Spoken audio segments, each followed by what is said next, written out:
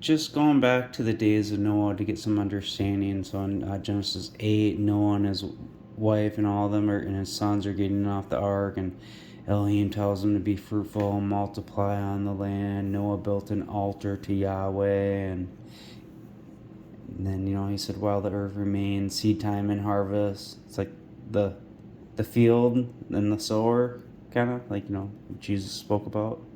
But and cold and heat in the summer and winter and day and night shall not cease. And Elohim told Noah and his sons, be fruitful, multiply, and replenish the earth. And that's a commandment. And the fear of you and the dread of you will be on every living thing of the earth. And so yeah, I kind of just read through that, and but he's telling him, his covenant's going to be with you and with your seed after you. So remember that wording, because it seems like each time you get to a thing where Elohim speaks of like a covenant, and when he goes then to Abraham and then to Isaac and Jacob and then to Manasseh, Ephraim, like there's more things kind of expounded in there that we can glean from. And so I will establish my covenant with you. So flesh isn't going to be cut off by a flood, a flood of water. And he's taken his, I've given my rainbow in the clouds, and it will be a sign of the covenant between me and the earth. And so every time you see a rainbow, it's for the covenant made with Noah. Did you know that June is Noah covenant month? And Elohim said to Noah, this is the sign of the covenant that I have established between myself and all flesh that is in the earth. So Genesis 12, now Yahweh had said to Abraham, get yourself out from your country and from your relatives and from your father's house to a land that I will show you, and I will make you a mighty people. And this goes into like Moses' time too. And I will invoke favor on you and make your name mighty, and you will be a blessing. And I will invoke favor on those who invoke favor on you, and I will curse him who despises you, and in you all the families of the earth will be blessed. Now I think he's kind of expounding too, like in you.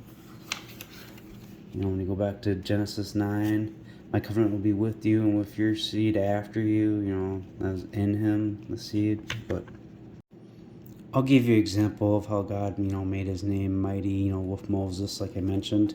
1 Samuel 4, so the Ark of the Covenant of Yahweh Sabaoth, who dwells between the cherubim. And so they were with the Ark of the Covenant of Elohim. And the Philistines seen them. The Philistines heard the noise and the shout. They said, what is the noise of this loud shout in the camp of the Hebrews? And they understood that the Ark of Yahweh had come into the camp. And the Philistines were afraid. And if you know about the book of Hebrews too, the things that Moses built and stuff, it was a foreshadowing, type and shadows of actual heavenly things to come. And the Philistines were afraid, and they said, Elohim has come into the camp. And they said, woe to us, for there has not been such a thing before. Woe to us. Who will deliver us from the hand of these mighty gods? Calling the Hebrews gods. And these themselves are the gods who struck the Egyptians with all the plagues in the wilderness. Like, in Exodus that Moses did, and with Aaron. And strengthen yourself to become like men, you Philistines, so that you do not become servants to the Hebrews, as they have been to you, and be men and fight. And all right, so you see how the name was made mighty. They were scared of them, but they still did go and take the ark there. But anyways, Genesis 17, Yahweh appeared to Abraham, and he said to him, I am El Shaddai. Continue to walk in my sight and be perfect. And I will make my covenant between me and you, and I will multiply you exceedingly. Exodus 6:2. And Elohim spoke to Moses, and he said to him, I am Yahweh, and I appeared to Abraham, Abram, who his name changed to Abraham, to Isaac and to Jacob as El Shaddai, but I was not known to him by my name Yahweh, and I have also established my covenant with them to give them the land of Canaan. Alright, so Yahweh appeared to Abram, and he said to him, I am El Shaddai.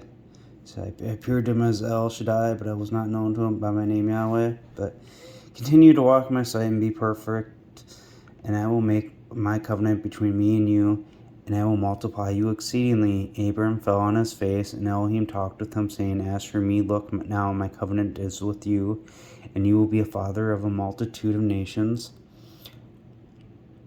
Nor will your name any longer be called Abram, but your name will be called Abraham, for I have made you a father of a multitude of nations, and I will make you exceedingly fruitful, and I will make nations out of you.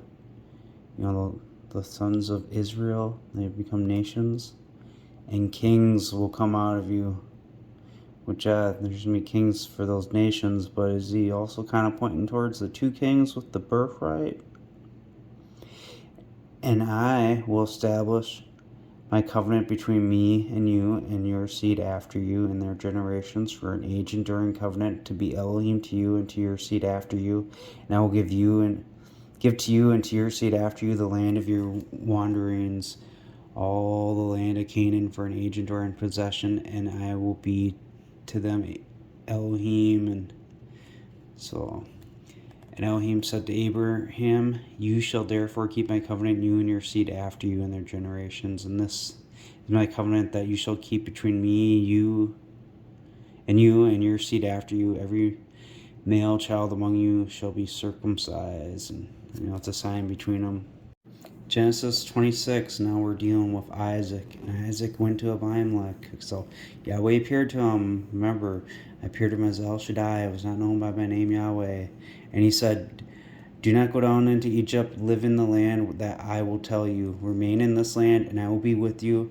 And I will bless you. For to you and to your seed I will give all these lands, and I will establish my oath that I swore to Abraham your father, and I will make your seed multiply like the stars of the heavens, and I will give all these lands to your seed, and in your seed all the nations of the earth will be blessed, because Abraham obeyed my voice, and he kept my charge, my commandments, my statutes, and my laws.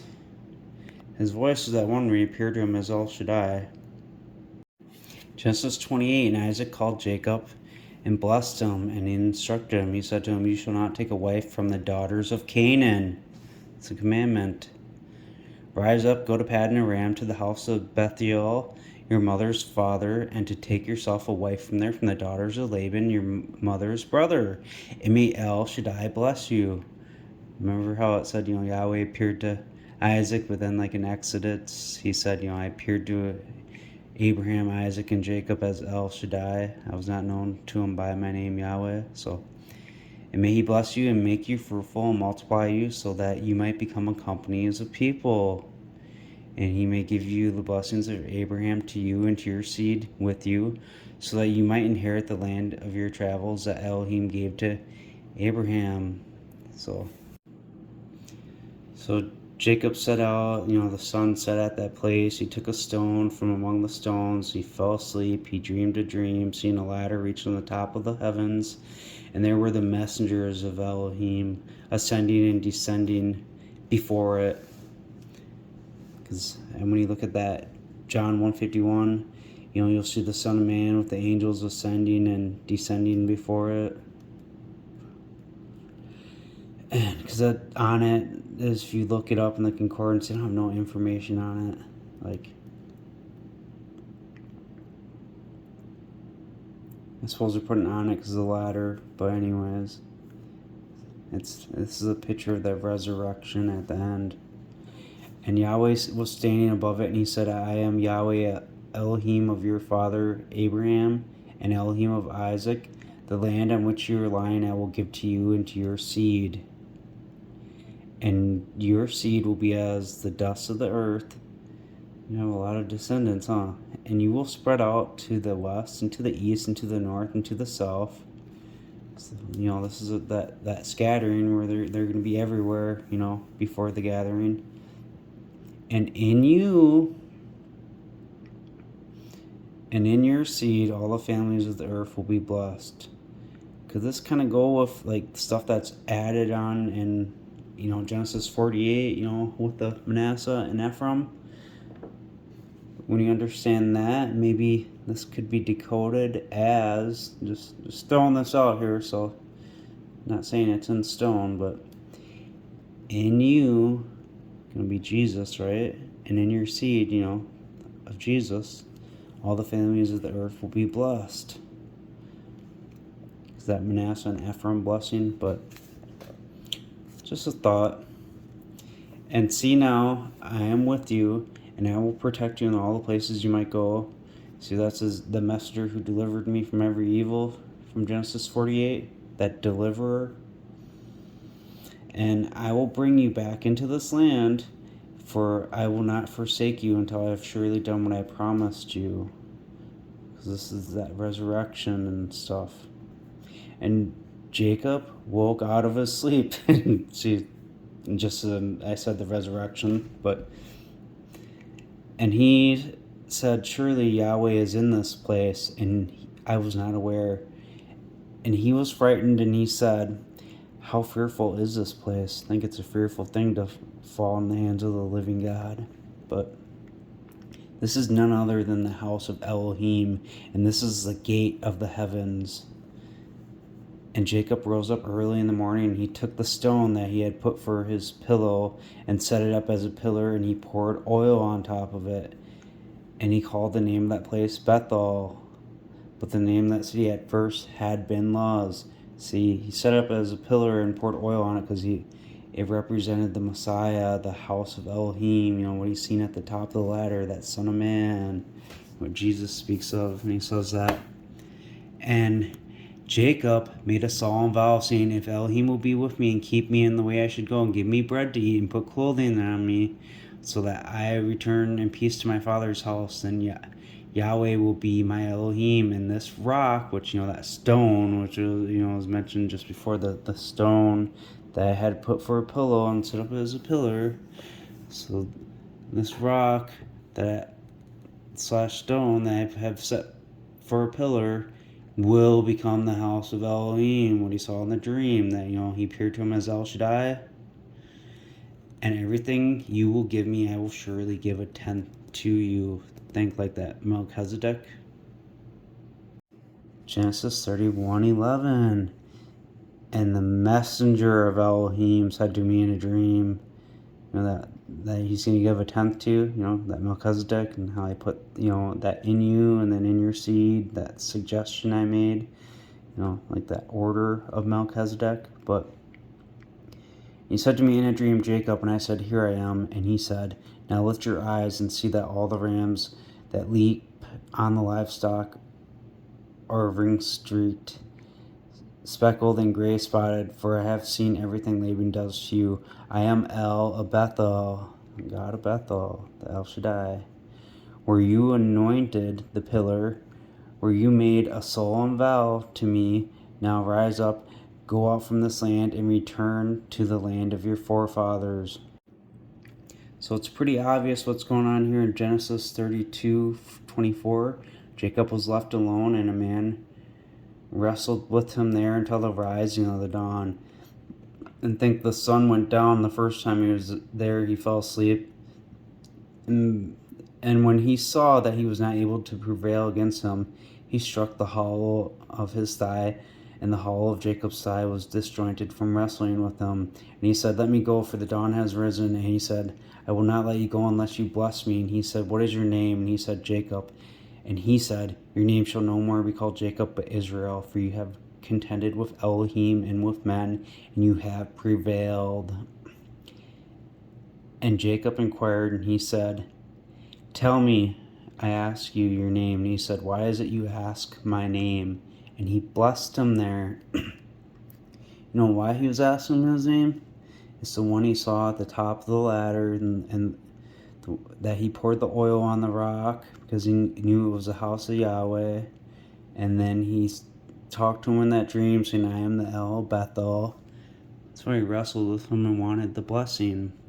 And Jacob called the name of the place Peniel, for he said, I have seen Elohim face to face, yet my life is preserved. And as he passed over Peniel, the sun rose over him. Think like the sun of righteousness rising with healing in his wings, kind of. That Elijah parable. The sun goes down and then it's going up in the Bethel. Think of the promises. And there's a transformation in that Malachi, just like the transformation in Deuteronomy 33, 13 through 17. But therefore, to this day, the sons of Israel do not eat the ligament of the hip joint that is on the hollow of the thigh, because he struck the hollow of Jacob's thigh and the ligament of the hip joint. Genesis 35, verse 6, Jacob came to Luz, which is the land of Canaan, that is Bethel. So that's the land they're going to be given. And he and all the people with him, and he built an altar there, and he's called the place El Bethel. Remember, he said, I am the El Bethel in the dream, because Elohim revealed himself to him there when he fled the face of his brothers. He said, oh, this is the house of Elohim. And, then he told him the dream, El Bethel. So... And then he wrestled with him, and, I don't think he really said a name there. He just said, I saw the face of Elohim. Yeah. I saw Elohim face to face. Had to double check. Okay, so.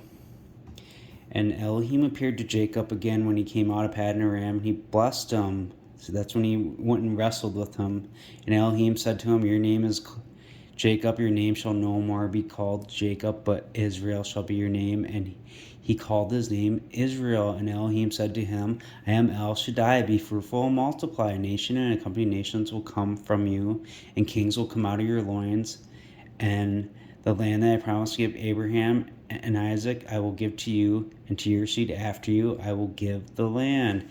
And think, because that's what his father Isaac said to him, may Elohim bless you there and give you the promise of Abraham. And he never really quite gave him that blessing until he wrestled with him, because he just saw that vision in that dream. And so he probably wasn't so sure about it. And then he's like, that's you. I saw you in that dream. He wrestled him, and then he got told that. So nation and a company of nations will come from you. Kings will come out of your loins. And Elohim departed from him in that place where he talked with him, and Jacob set up a pillar in that place where he talked from him. So it was like another pillar of stone, and he poured oil. Yeah, he poured a drink offering on it, and he poured oil on it. So water and oil, it's like blood and flesh. Oil is in the flesh.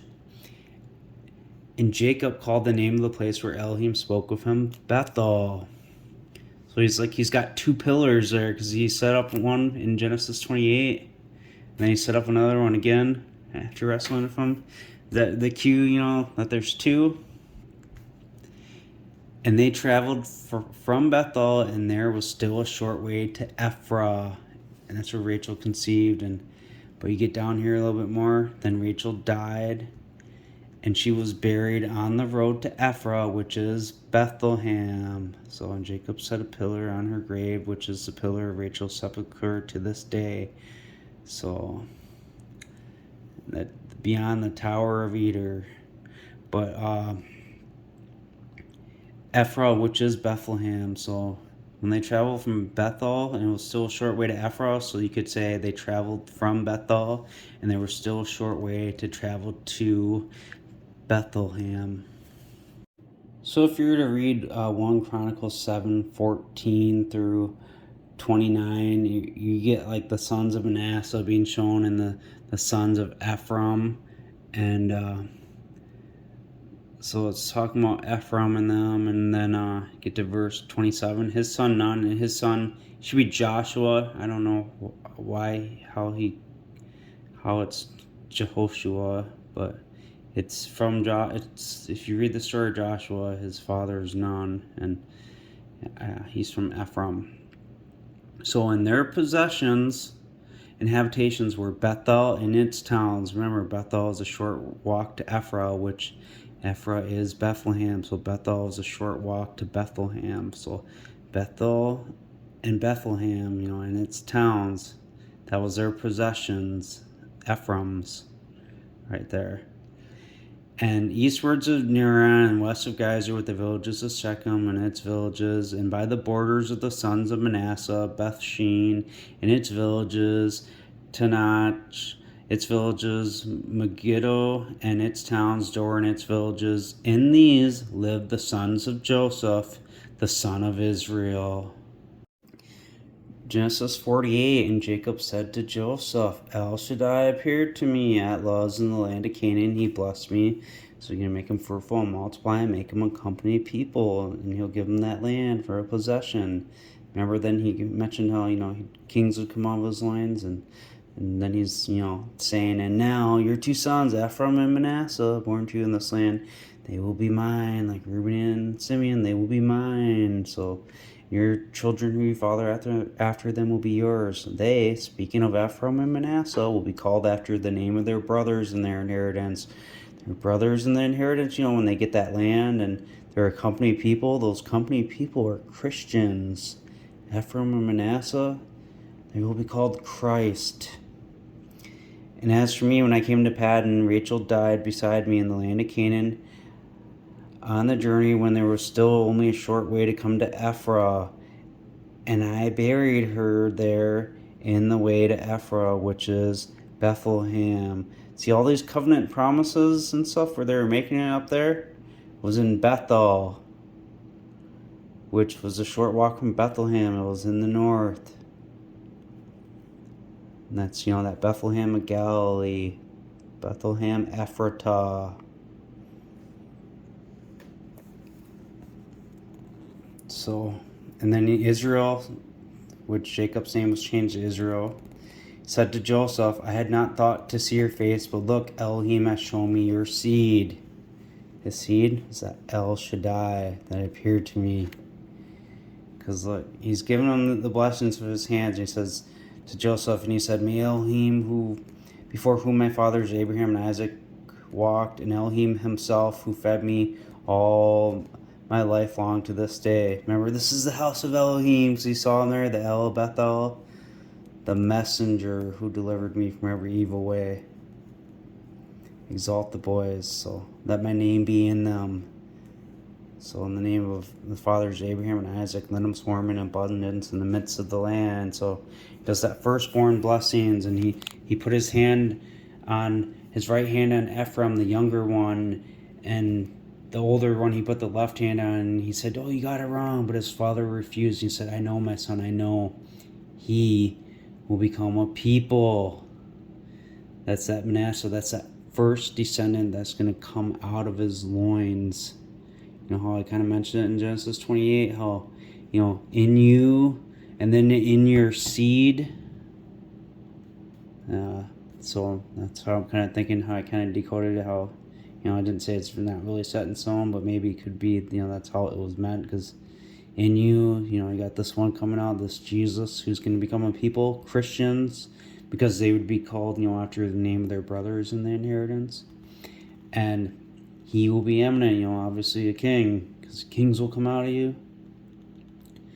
But truly, his younger brother, and that, in his seed, because, Jesus is like the seed of David, the son of David, but obviously he's not like instant, like directly son to him, but like a great, however many greats, grandson.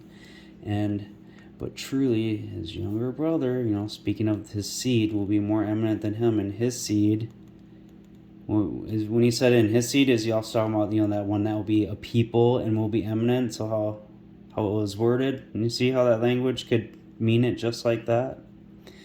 Will become a multitude of nations, but that's actually the word for fullness of nations. I've shown this in the last video. Look it up. It's a completely different word than what was shown in Genesis 35. It's for fullness. Because think Romans 11, when the fullness of the nations comes in. So, and he blessed them that day and say, May Elohim make you as Ephraim and Manasseh. And he set Ephraim before Manasseh, the one that came second before the one that came first. Genesis 49, so verse 22 through 26, if you read them. But speaking of Joseph, and it says, and by the hand of the Hahavir, the mighty one of Jacob, from the shepherd, the stone of Israel. Raha is shepherd and Eben stone. So from the shepherd, the stone of Israel. So you get it? When you come back here, he will become a people and he will be eminent, king, Jesus, the good shepherd, but truly his younger brother, that will be more eminent than him. And his seed, speaking of, that one that's going to be eminent, and his seed, from the shepherd, the stone of Israel, the fullness of the nations, which when you put multitude, it really hides that. Look it up. In the book of Ruth, and a certain man from Bethlehem, Judah is added. Like Genesis 8 says, the lion pen of the scribes. And if you read the context there, it's speaking of Judah, because then Jeremiah 17 says, the sin of Judah written or with a pen of iron written on the tablets of their heart. And then from Jeremiah 36, you read through there, you see that one of Judah burning what Jeremiah was having another one write down, and they were words of Yahweh he was writing down from his prophet Jeremiah. And he ended up writing more again after he burnt them, and then it also said he added to them the words of Jeremiah. So Judah's guilty in there because they added Judah here, and I will prove it. So the fields of Moab and his two sons, and at the time Elimelech, and the name of his wife was Naomi, and the name of his two sons were Mahlon and Chilion, and Ephrathites of Bethlehem. Ephrath, which is Bethlehem, it's being Ephrathites, in Bethel and its towns, which obviously is Bethlehem. That's where, Ephraim and his descendants were, and in those areas is where the sons of Joseph lived. They're Ephrathites because they're Ephraimites. And there was no Judah before King David, no Bethlehem, Judah before King David's time. 2 Chronicles 11:3, speak to Rehoboam, the son of Solomon, king of Judah. Rehoboam is a grandson of David. David was already dead at the point when Rehoboam was reigning and all that. You get to verse 5. And Rehoboam lived in Jerusalem, and he built towns for defense in Judah. I think that southern territory of Judah, because that's where Jerusalem is down there. And if you read Joshua 15, read the whole thing, you will not see Bethlehem mentioned in there at all in any of the towns that Judah received, because it wasn't there at the time. So verse 6, he built Bethlehem. He did that in Judah. And even Adullam, which is probably to pay homage to the Adamite who, got the Canaanite wife for Judah in Genesis 38. 1 Samuel 16:1. This is where, Samuel is going to anoint King David. So he said, I will send you to Jesse the Bethlehemite, for I have seen for myself a king among his sons. So he's going down there. And Samuel did what Yahweh had spoken to him, and he went to Bethlehem. This is where he was at, Bethlehem. And this is where, he ended up anointing David here in Bethlehem. Because, Jesse, the Bethlehemite, Ephrath, which is Bethlehem. So he anointed him there in Bethlehem. Which Bethlehem do you think he anointed him at? 1 Samuel 17. Now David was the son of that Ephrathite from Bethlehem. Ephrath, which is Bethlehem. And then they try to put Judah in there. The lie, there wasn't no Judah there because David's grandson built it. His grandson wasn't alive when he was anointed in Bethlehem. That'd be the Bethlehem of Galilee.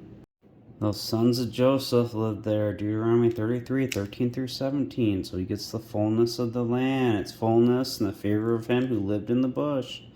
Let it come on the head of Joseph. So Like the firstborn of a bullock is his glory. That's that yoked animal to the slaughter. The horns of a wild oxen. That's that free animal nobody yokes. Or his horns. That's his transformation, a death, resurrection. And with them he will gore the peoples to the ends of the earth. These are the 10,000s of Ephraim and the thousands of Manasseh. Think in the story of David. David has slayed his tens of thousands, Saul his thousands, and so get references. Thousands, obviously, that's that one who comes first. And then, the 10,000s, it's that one that comes second who will be greater, his seed to come. Micah 5:2. But you, Bethlehem of Ephratah. So Ephratah, which is Bethlehem, it's letting you know it's that one in the north.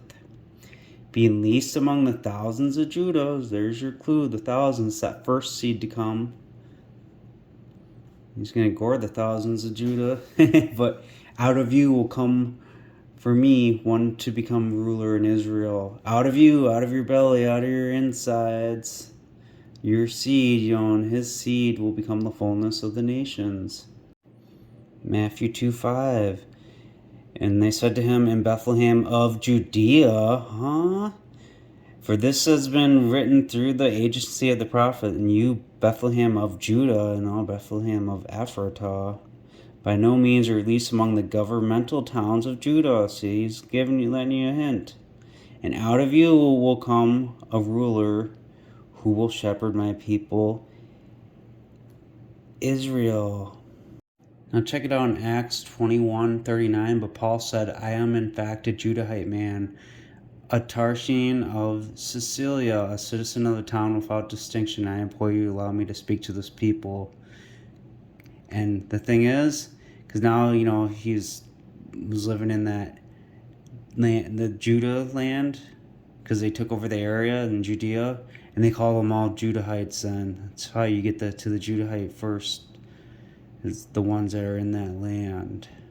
Because look what else Paul tells you, like, I though have been born a Roman, and because verse 27, the military commander came and said, tell me, are you a Roman? And he said, yes. So Paul, who was born, in Roman lands, a citizen that way, but he was a Judahite because he was living in Judea at that time. But check it out. Philippians 3:5, the people of Israel, of the tribe of Benjamin, a Hebrew of Hebrews. That's Paul speaking, because he's the tribe of Benjamin. John 7:38, this is Jesus speaking, whoever believes in me, just as the scroll has said to me, out of his inside will flow rivers of living water. But he spoke this referring to the Spirit those believing in him were about to receive, because the Holy Spirit had not yet come. So, Joseph was set apart from his brothers. The Ephraim one, in him, in his seed will be the fullness. So, and Jesus had not yet been glorified. That had to happen first. And it goes with what Acts 15 says. And then many out of the crowd, when they heard this declaration, said, truly, this is the prophet. Someone said, this is the Christ. Others said, no, for surely the Christ does not come out of Galilee, because Jesus was from Galilee. And does the scroll not say, because look, others said, because they're kind of arguing with each other now, does the scroll not say that the Christ comes out of the seed of David and from the village of Bethlehem where David was? So they're arguing, because someone said, oh, he's not from Galilee. Well, another one's like, well, David was from the Bethlehem of Galilee, the Ephratah one up there. That's what they're arguing. So a division arose among the crowd on account of them.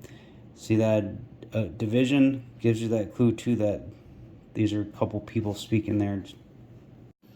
Acts 15:14, and Simon has related how God first visited the nations to receive out of them a people for his names. I'll make you a company of people, and let my name be in the boys. So he's first visiting to get his name, that first one to come, for Jesus. And with this, the oracles of the prophets harmonize.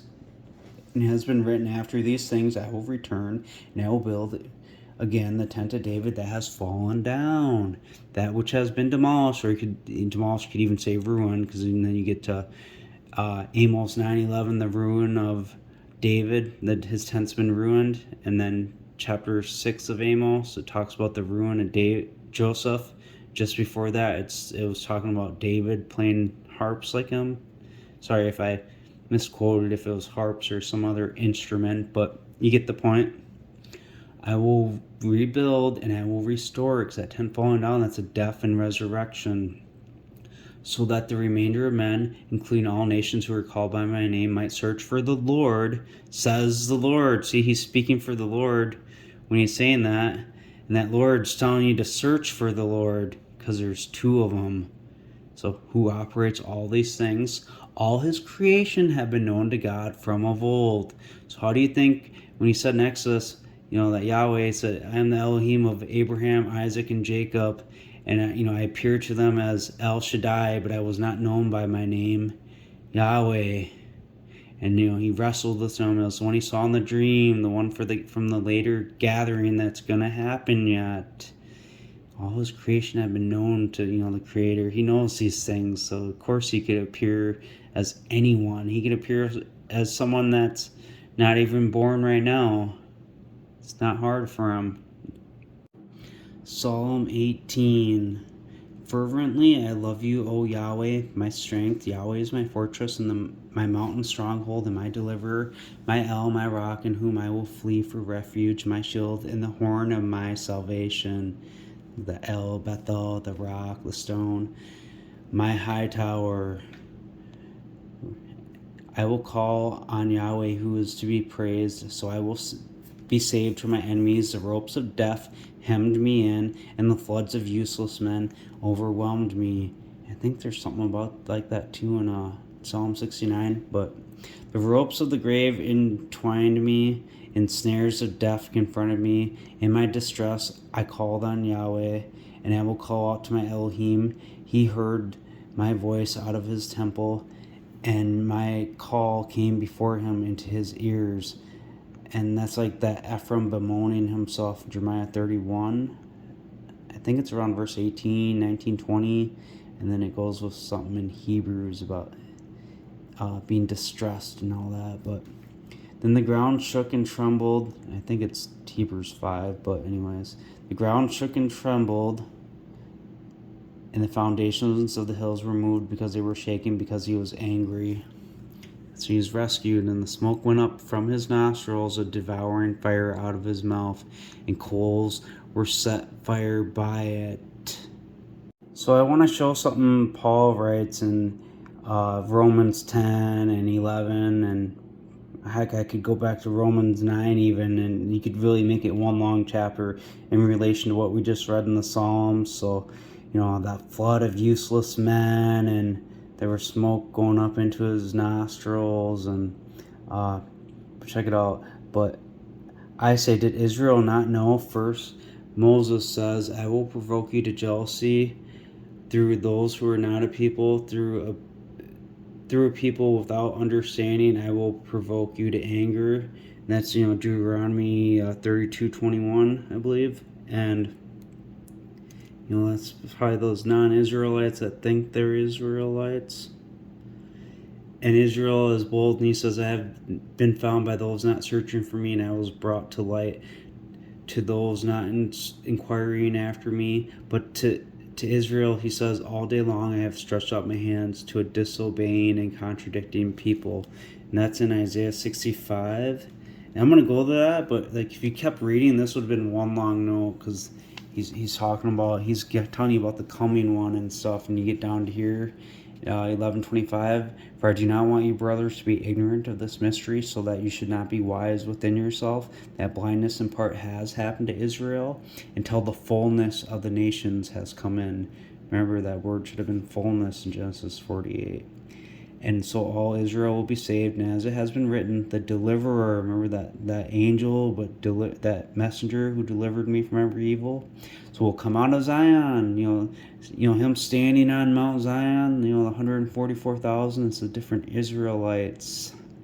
So that's that child that's in them, that Revelation 12 sign, the woman with the child inside that's going to be born and devoured. resurrected, go to heaven for 1260 days and come back. So he will, it says turn away, but I like remove. He will remove ungodliness from Jacob, because you could translate it that way if you check out the concordance. Because when you read in Revelation, it's going to take out like a third of the population, and goring them to the ends of the earth, fulfilling that, that firstborn bullock to wild oxen, and with them he'll gore the peoples to the ends of the earth. And this will be the covenant from me to them, when I will take out of the way their sins. Isaiah 65:1, I am looked for, not by those who ask. I have been found, not by those who search for me. I said, behold me, to a nation not called by my name. All day I have spread out my hands to a rebellious people who walk in a way not right after their own thoughts, a people who provoke me to anger continually to my face. Remember, we put about being provoked by a people to jealousy when Moses wrote, and so a nation not called by my name. Yeah. Think, so it mentions how the flood of useless men around him in that Psalm 18. Think of that Psalm 22:16, dogs encircle me. So, who make sacrifices in gardens and burn incense on altars of brick. Remember, Ephraim is an anointed one among the peoples, a cake not turned, a burnt offering. Because Yahweh heard my voice in the temple. That's, him crying out before he dies, who sit among tombs and pass the night in secret places, who eat the flesh of swine and the broth of abominable things in their pots. Now let me show you the little clue here now, if you get up ahead, because it could be the, prophets writing parables, like it says. Is that Hosea 12:10? But Isaiah 66, the heavens are my throne, the earth is my footstool. Where is this house you will build for me, in my place of rest? Because remember, the promises in 2 Samuel 7, like 12 through 14, 15, right in there. But one would come out of David's loins, and that kingdom would be established, and he would build a house, and then that kingdom would be established. So yeah, it's a 2 right here and in there. But I will look for this man, to the wretched and contrite of spirit, who reveres my word. Now, he killing an ox, like, that Deuteronomy 33:17, the firstborn bullock to the wild oxen, as if striking a man, he sacrificing a lamb, as if breaking a dog's neck. Him making a meal offering is as if it is pig's blood. He making a memorial of frankincense, as if exalting an idol. These have chosen their ways, and their heart delights in their abominations. This is that abomination of desolation. And it's kind of that meal offering. I didn't double check it, so I could be wrong on what I'm gonna say next. But I mean, could that be a grain offering too? Because I'm thinking what Jesus said in John 12 about this grain falling to the ground. And that's something that I could put with Joel, but I won't get into that now. So look, those people that provoke me to anger should be those dogs, those useless people who make sacrifices in the garden, burn incense on the altars of brick, who sit in the tombs and pass the night in secret places, who eat the flesh of swine. So, like Jesus said, though, an abominable things is in their pots, abomination and desolation. I think Jesus said in John 6:53, you got to eat the flesh of the Son of Man. And, he talks about raising him up, too, at the last day. So, that meal offering, that man, he's put these all kind of together. That they're saying, he's saying it's like them making an offering of pig's blood, like swine, but really, it's because he doesn't accept what they're doing. Maybe, huh? Something to think about. Who say, stand by yourself and do not come near me, for I am more righteous than you. These are smoke in my nostrils, a fire burning all day. I think so, because you go to that, back to Psalm 18, the smoke in his nostrils after that, he's calling out and he hears them. He's being killed there because he's in that flood. And you hear about flood and another, passage, and I believe that was Psalm 69 with a flood, and, it's like a cross passage about the sacrifice. So, yeah, it is Psalm 69, because the waters have come up to my neck. I'm stuck in deep mirror, and yeah, there's deep waters, floods around him. The people that hate him are more than the hairs of his head. Yeah, but come back here to 65. So, see, now inscribed in front of me, I will not maintain silence, but I will repay. Yes, I will repay into their bosom. Think that reward them double. But your iniquities and the iniquities of your fathers together declares Yahweh. And those who have burned incense on mountains and blasphemed me on hills, therefore I will measure their former work in their bosom. And that, Yahweh says this: as new wine is found in the cluster, new wine, like new blood. One says, do not destroy it, for it is a blessing in it. Those ones are the smart ones. Because, that one's got the, Jesus said, he will eat my blood and flesh. And so will I do for my servant's sake, so that I might not destroy them all. And I will bring a seed out of Jacob, and out of, it says Judah an inheritor. No, out of Ephraim an inheritor. This is another lie here, because look, it's just like we read, Jacob will be, what's in you, king's coming out of you, and so with that blessing, Manasseh, he will become a people, and Christians, he will be eminent, and then his younger brother, and in his seed, the fullness of the nations. So in that, Bethlehem being the least, and out of you, and he's from Ephraim. He's the tribe of Ephraim, and he was the one that came first. So this is a lie. A lie, just like Psalm 78:67. In addition, he rejected the tent of Joseph and did not choose the tribe of Ephraim, but he chose the tribe of Judah. No. Correctly, it should say he rejected the tent of Reuben, and he did not choose the tribe of Reuben, but he chose the tribe of Joseph. Speaking of the birthright, and then it goes on to speaking about David, and let me prove it. Genesis 35:22. Remember we read this one, Ephraim, Bethlehem, but in that land, that Reuben went and laid with Bilhah, his father's concubine, and Israel heard about it. Genesis 48, so it says Ephraim and Manasseh, like Reuben and Simeon, they will be mine. Well, check it out. Get down Genesis 49. He's going to tell you about the blessings coming in the last days. And he says to Reuben, you, my firstborn, my might and the beginning of my strength, the highest in dignity and highest in power. That's actually attributed to Joseph. Because check it out, flowing away like water, you will not excel, because you went up to the bed of your father, then you defiled it, so you went up in my bed.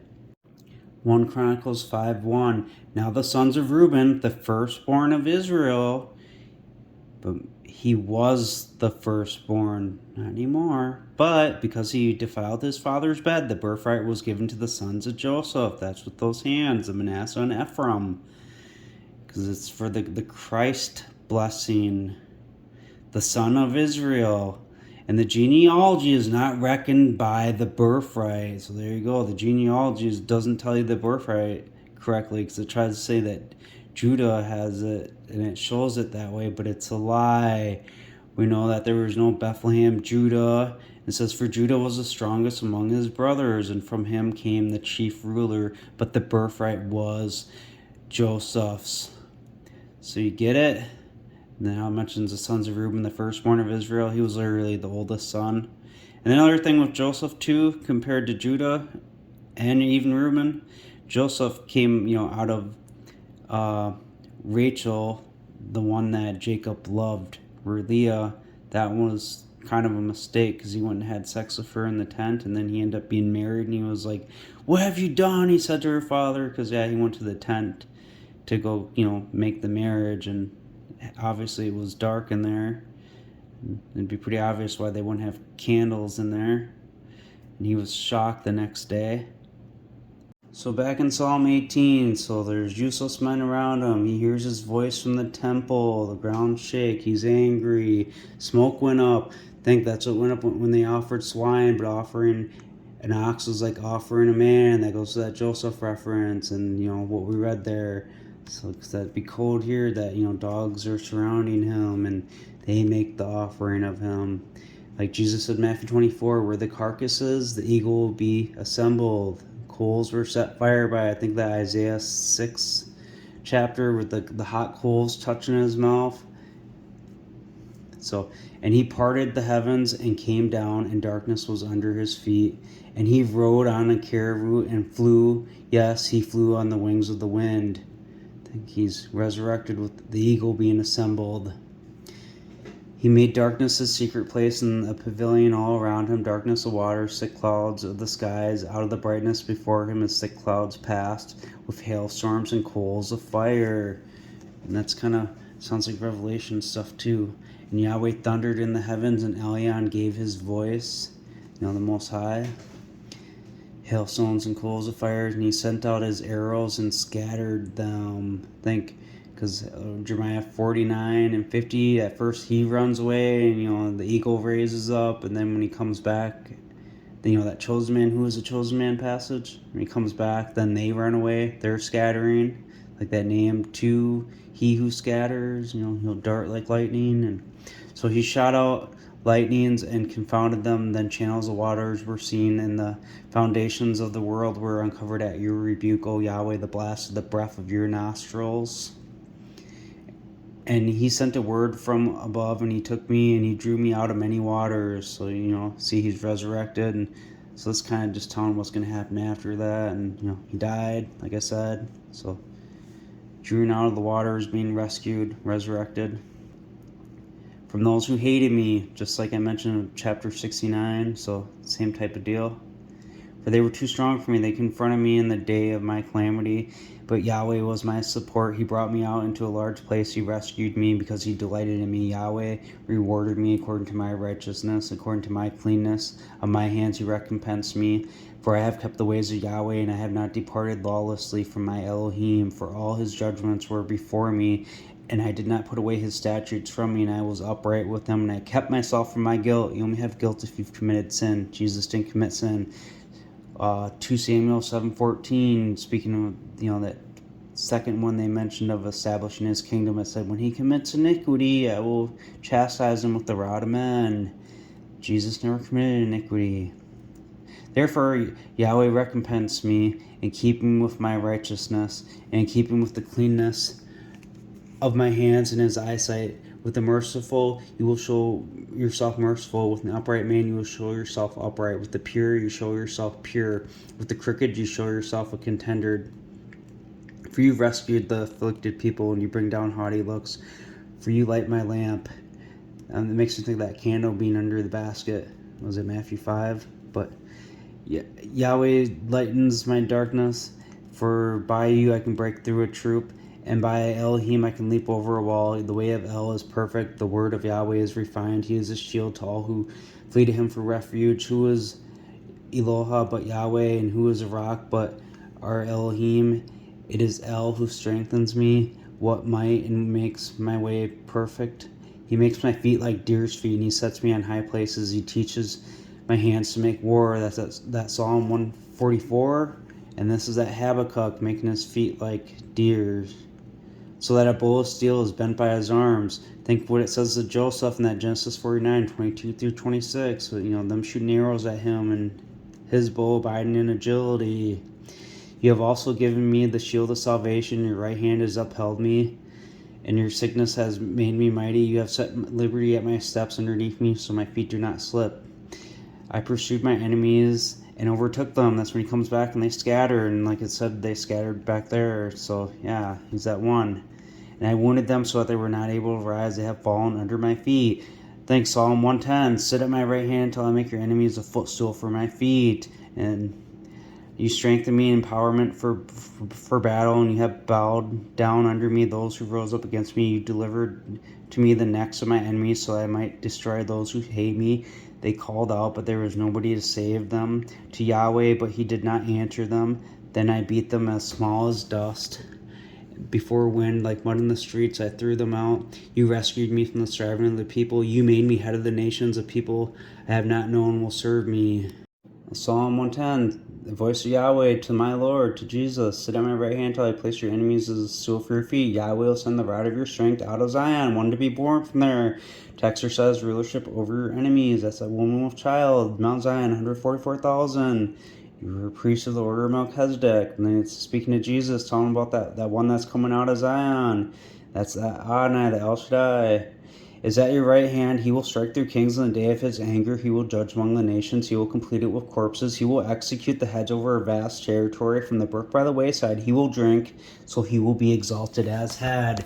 Just like this one's exalted as head in, the Psalm 18. So, and you made me head of the nations. The people I have not known will serve me. As soon as they hear me, they will obey. The sons of a foreigner will come cringing to me. The children of a foreigner will fade away and come trembling out of their secret places. Yahweh lives, and exalted be my rock. Let the Elohim of my salvation be exalted. It is El who avenges me and subdues people under me. Yeah, Elohim, the Creator, he does it.